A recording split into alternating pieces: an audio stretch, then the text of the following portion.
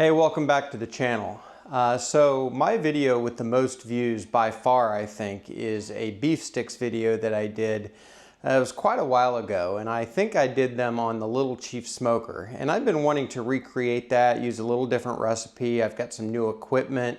I made different kinds of sausage since then and learned a little something. Not that I'm an expert, but so I've been wanting to redo that, and today is the day. So thanks for joining. We're going to get our meat prepared first, and then we'll show you some of the ingredients and we'll go from there. So let's get started. So when I make summer sausage or these beef sticks, I always use a mixture of beef and pork. And for the pork, I have this ground pork from a local market that I really like, and I usually just grab that pre-ground. So that's what I have here. I've quartered it. Just quartered the 1 pound. So ground pork is typically pork shoulder, so it's probably got 30% fat, something like that. So it's got a decent fat content. And then I usually use, not always, but I usually use a ground chuck. And that's what I have here. And this is almost exactly 4 pounds. It is slightly over 4 pounds. So what I'm going to do is I'm going to cube this up.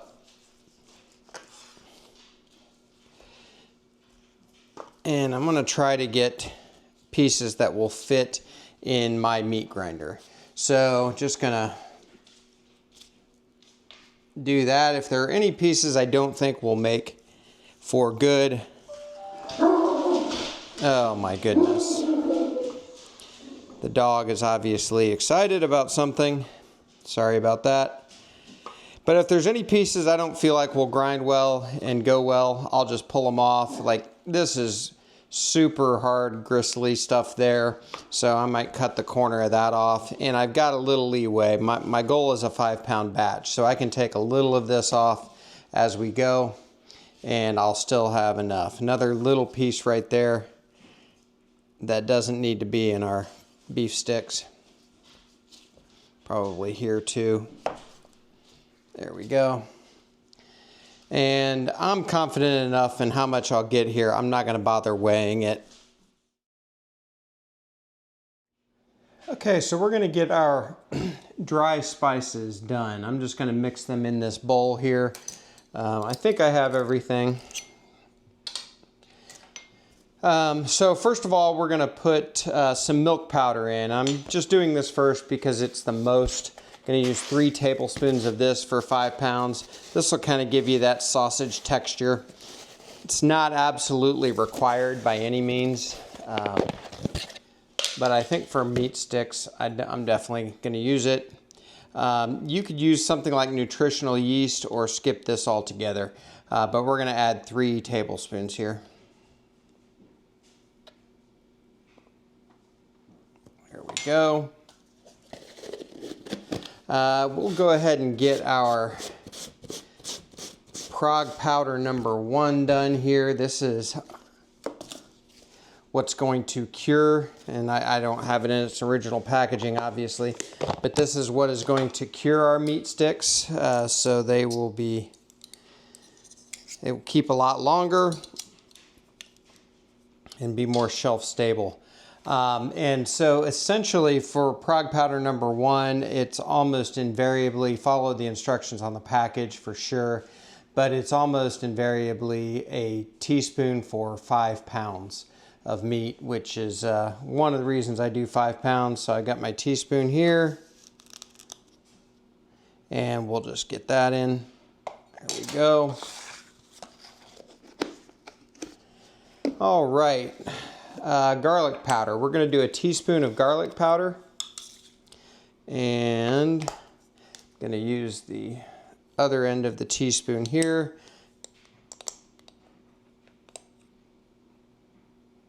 There we go.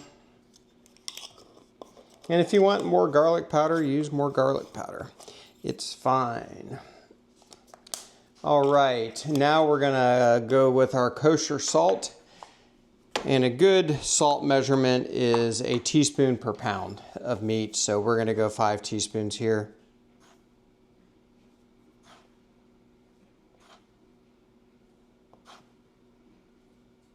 There we go. There are some ingredients that I don't have out here yet that we won't put in until the end, mostly liquid ingredients, but that's water. I'm going to use some pickled jalapenos with the juice. High temperature cheese we're not going to put in until the end, and some liquid smoke. So just FYI, those will come later. We're going to use some ground mustard. I really like ground mustard. If I was doing summer sausage, something a little thicker, I would use mustard seed. I really like mustard seed. But we're going to go 2½ teaspoons of ground mustard.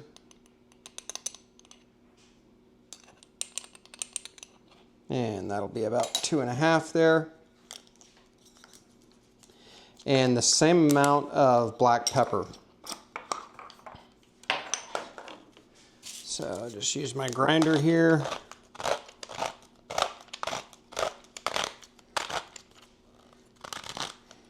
And this is going to be it for our dry ingredients. So we'll get this pepper ground, we'll get it in here. I'm going to put the lid on and shake this up really well. And then we will bring you back to show you where we're going next. Okay, so I've got the grinder out. I've got the parts to the grinder that have been in the freezer for a long time. So they're definitely cold. And by a long time, I mean months.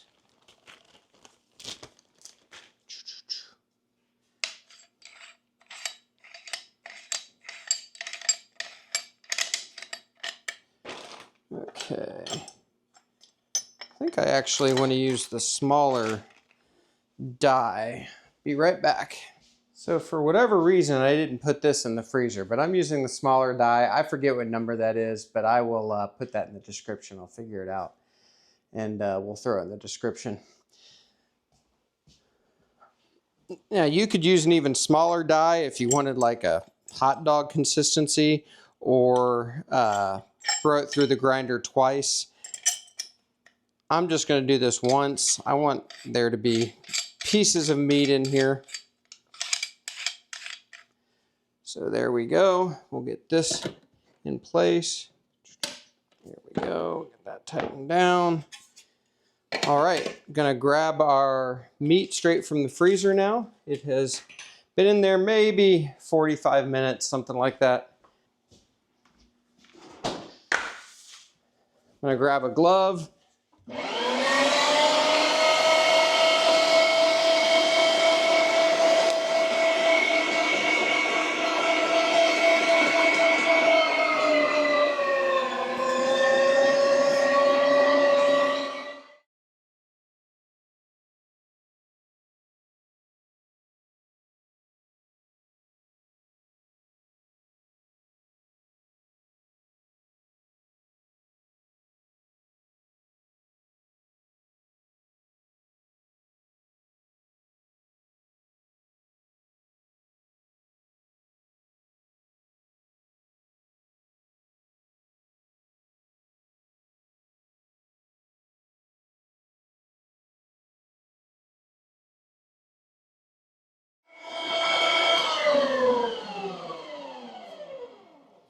All right, there we go, 5 pounds. Obviously, I did not cut the chunks small enough to fit in my grinder. It's been a while since I've used it. The last thing I'm going to do is I'm going to take just a little of this already ground meat, and I'm going to throw it back through the grinder to push out any of the unground chunks that might be in there. So just maybe a couple of handfuls like this. Go ahead and get it turned on.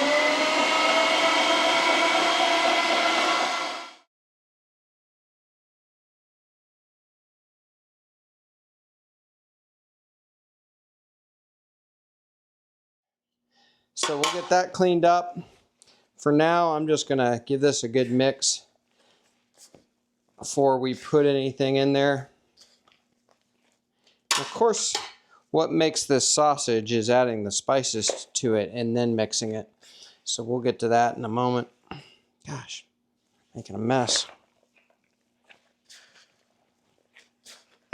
Definitely recommend a glove. I should have put a cotton liner on. This is freezing, but I'll be all right.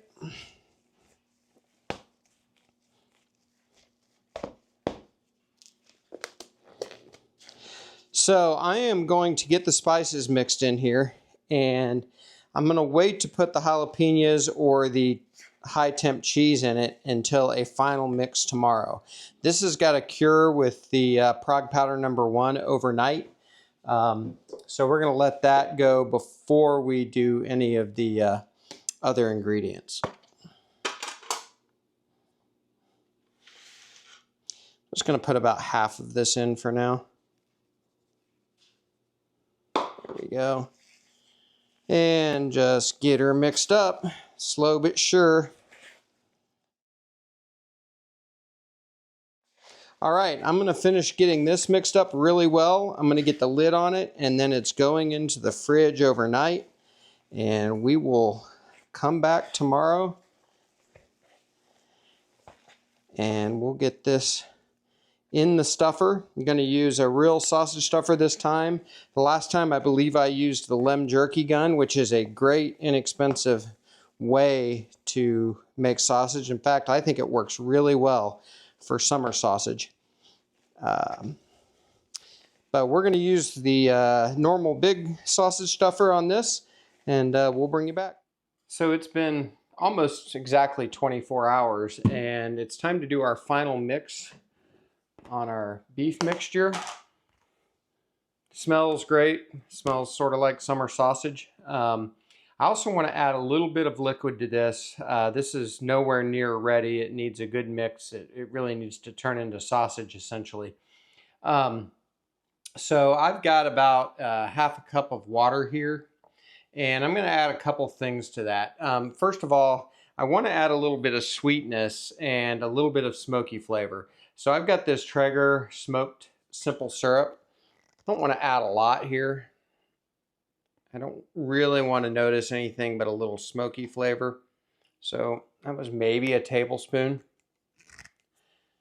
And I've never used this before on in summer sausage or beef sticks, so we'll see how it turns out. I'm also going to add this hickory smoke powder. I've actually never used this before. It smells great. But I want to use this because I'm going to do this in the dehydrator. I'm going to do it inside today. It's gross here in the BuQeye state. It is just wet. It doesn't even feel like winter. I've done this on the pellet cooker before. I've also done it on the Little Chief smoker. I could do it on the Little Chief, just kind of do it in the garage. But since I've already done that and I did a video on it, we're going to use the dehydrator today. But important to note that you could do this on whatever cooker you like. Pellet cooker would be fine. The nice thing about the dehydrator is you can go on a really low temperature to sort of dry out the casing, get that meat mixture to stick inside the casing. And it really should turn out a better consistency. But doing it on the pellet smoker, even in the oven, is fine. But because we're not going to introduce any smoke through the cook process, we're going to use this hickory powder here. And I'm a little unsure about how much to add, if I'm being honest. So we're just going to go with a tablespoon.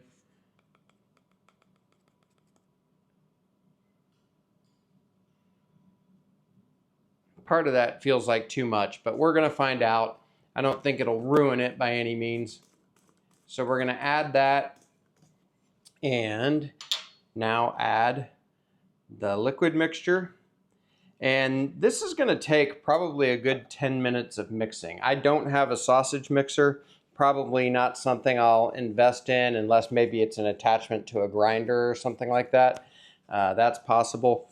But we're going to get the cotton glove liners and the nitrile gloves because it's going to get cold and it's going to take a little bit to do. So I'll reset the camera and we'll show a little bit of this mixing, but I won't bore you for 10 minutes of mixing. There we go.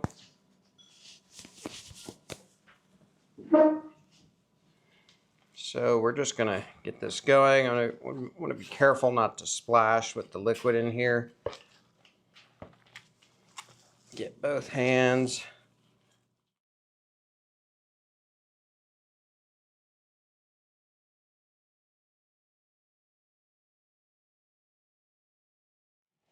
So again, we're just looking for a good sausage consistency. You know, it's different than ground meat. It will stick to your hands, stick to your gloves kind of when it's done. It'll look like breakfast sausage. And the last thing we're gonna add, and I wanna do it last, is high temp cheese. I love putting cheese in sausage like this, but you need to use the high temp stuff. The regular stuff will just sort of melt, separate. You won't even know it's there, except the consistency will be off. All right, let's see where we are here. This is really starting to look good. So if I grab some of this, not quite there, but getting really close. Oh, that's pretty good right there. So we'll end up mixing it a little bit more when we put the cheese in. So I think for now, this is pretty good. So I'm gonna grab the cheese. We'll pause the video and come back and get the cheese mixed in. And then we'll be ready to stuff the casings. So here's our high temp cheese. You can get this a lot of places. This comes from the sausage maker. I think I got it on Amazon though. Yeah, again, high temp cheddar cheese. There are a ton of different varieties. You don't have to just get cheddar. The nice thing about the high temp cheese is it usually gives you the ratio that they recommend, and it's pretty easy. So it's about 1 pound per, can't get this open. There we go. So it's 1 pound per 10 pounds of meat, about 10%. I'm not even gonna measure this. This is a pound bag, so we're just gonna go about half. And if I get a little more or a little less, I'm not that worried about it. There we go. So I'm gonna get a new set of rubber gloves on and come back and give this a final mix.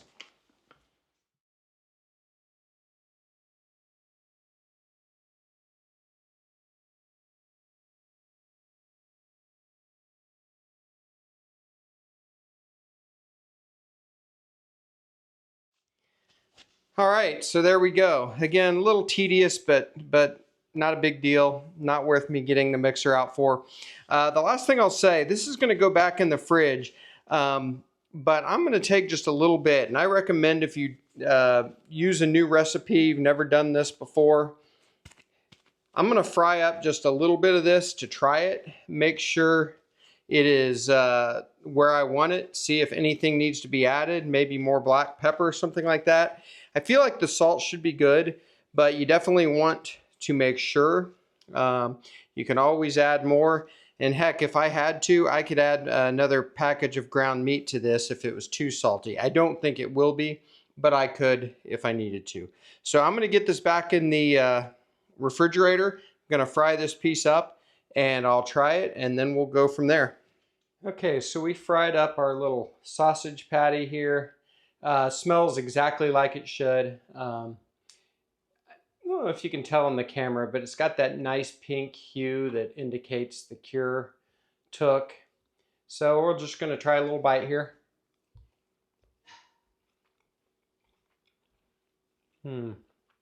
That's nice. In beef stick form, that's going to be good. I can tell that the hickory smoked powder's in there. Salt level is good. I'm happy with that. So we're going to get the stuffer set up, get our casings ready, and get the camera set up to show the stuffing process, and we will bring you back. Well, the best laid plans.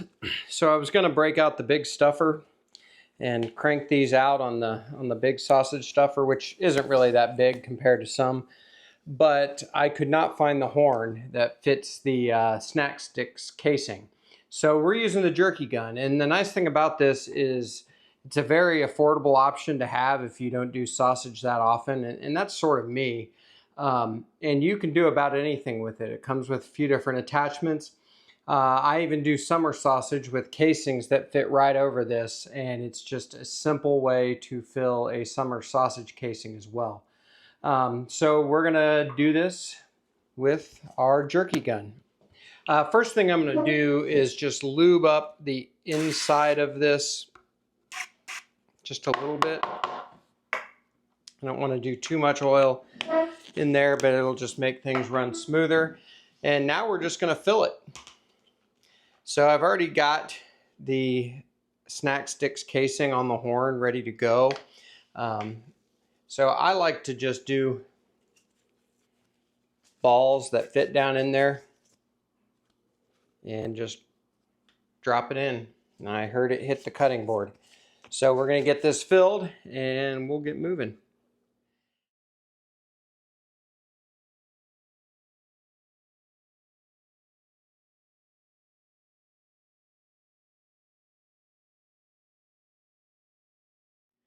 And so we are just going to use it like a caulk gun, kind of pinch and hold the end, give it a little bit of play, and there we go. So you want to find the right amount of pressure to get it filled so it's not super wrinkly, but you don't want to burst it either. And it takes a little practice.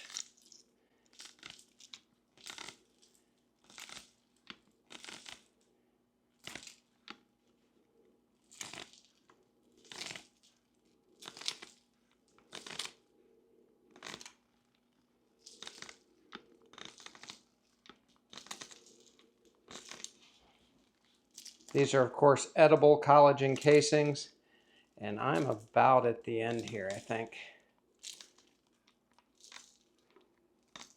Oh, no, I'm not. I got a little ways left. And then if you get it as long as you want it, which I'm going to end up cutting these anyway, but you can kind of pull off some of the casing. And I don't have a knife or scissors handy. I should have, but you can just give it a tear and it works fine. So it definitely takes a little bit of practice to get the right amount in there. That's not even perfect, but it'll still be fine. And we're just going to keep going.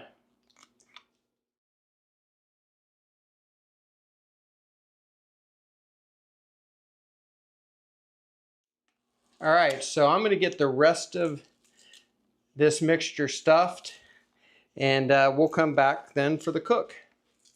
All right, so these have been resting and sort of starting to dry out in the refrigerator.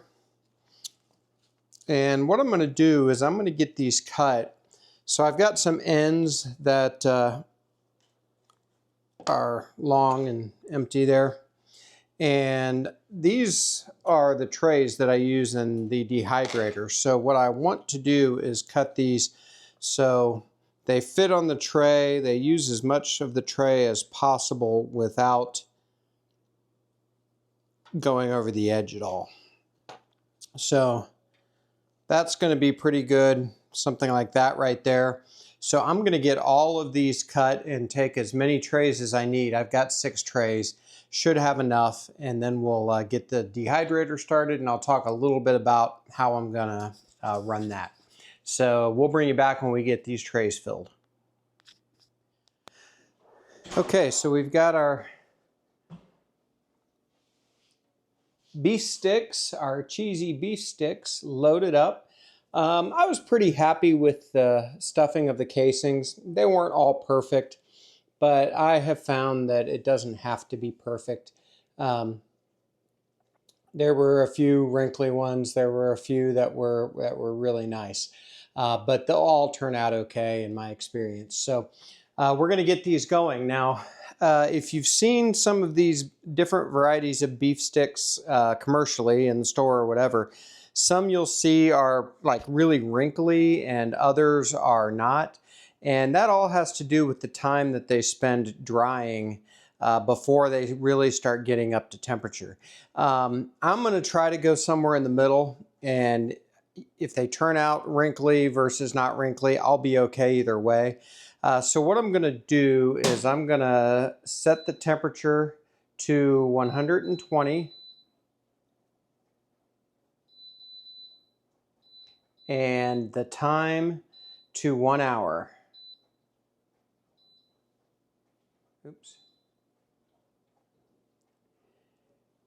And then I'm going to go to 140 for an hour, 160 for an hour. There we go. And then I'll bump it up to 180 until we get to around 155 degrees internal. And that should pull them before they dry out, and should be kind of in the middle between wrinkly and not wrinkly. And before we get to that final stage where we pull them out, I'm going to have an ice bath ready to go. I've got to figure out what container I want to use to do that in based on the length here. Probably some sort of baking dish or something. So set for 120 for 1 hour, and we will bring you back. All right, we have about 1 minute left in our first cycle of drying at 120 degrees. One of the benefits, there we go. One of the benefits of doing this inside in the dehydrator is it really smells great. And again, you can do this on any cooker. You just want to go low and slow. The nice thing about the dehydrator is the temperature flexibility. So I'm going to turn each of these around just to promote some evenness, and I'll do that each time a cycle ends. I'm going to be careful not to roll any of these off onto the floor.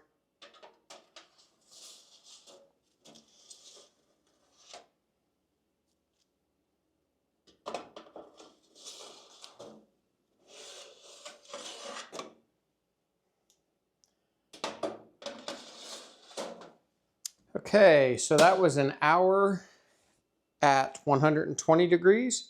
So we're going to go another hour at 140 degrees. There we go. So we'll bring you back and go to the next cycle here in an hour. Okay, so we have done our next hour. We're about 2 minutes left anyway.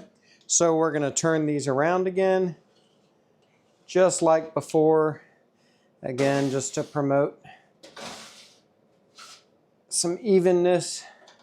And we're going to bump it up to 160 for an hour. And then we will take our temperature. We're going to take these up to 155 internal. If they end up hitting 160 in the next hour, that'll be fine. And before the next hour is over, I am going to have an ice bath ready for these just in case.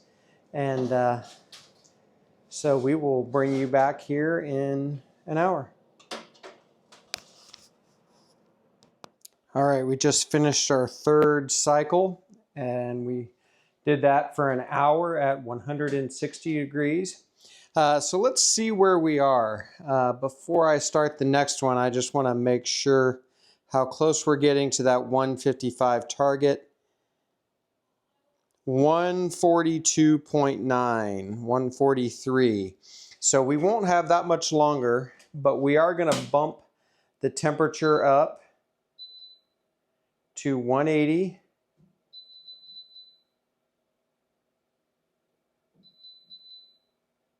Oh, no, we're not. Okay, so I just discovered that 165 is the top temperature, which is okay. And then start. So we won't be going an hour here, I'm sure. I'm going to keep an eye on this temperature, and when we hit 155 internal, we are going to ice bath these for about 15 minutes, and we'll go from there. All right. This took about an extra 40 minutes, but we are at temperature. So I'm going to get my ice pan ready, or my pan ready.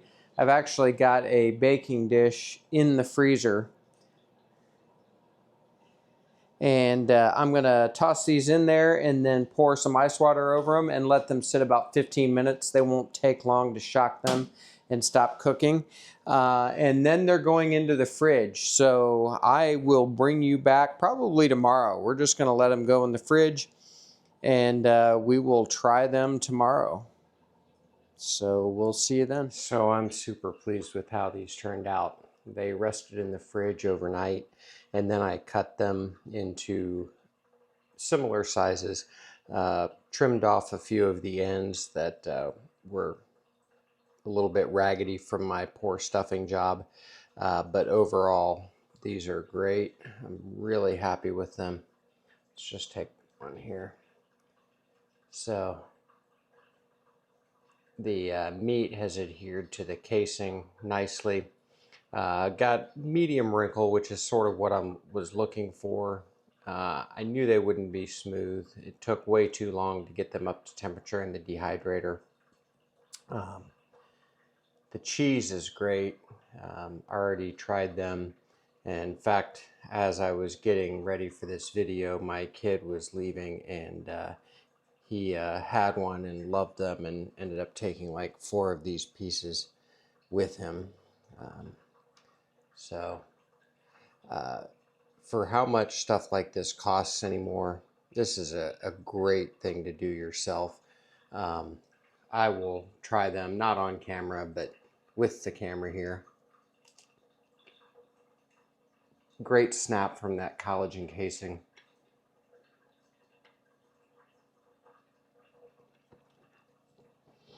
So really good. Thanks for joining me on this. I have this feeling this is going to be a long video. I'll try to cut it as best I can.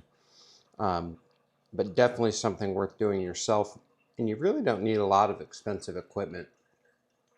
I'll put the jerky gun in the description in case you want to pick up a jerky gun yourself.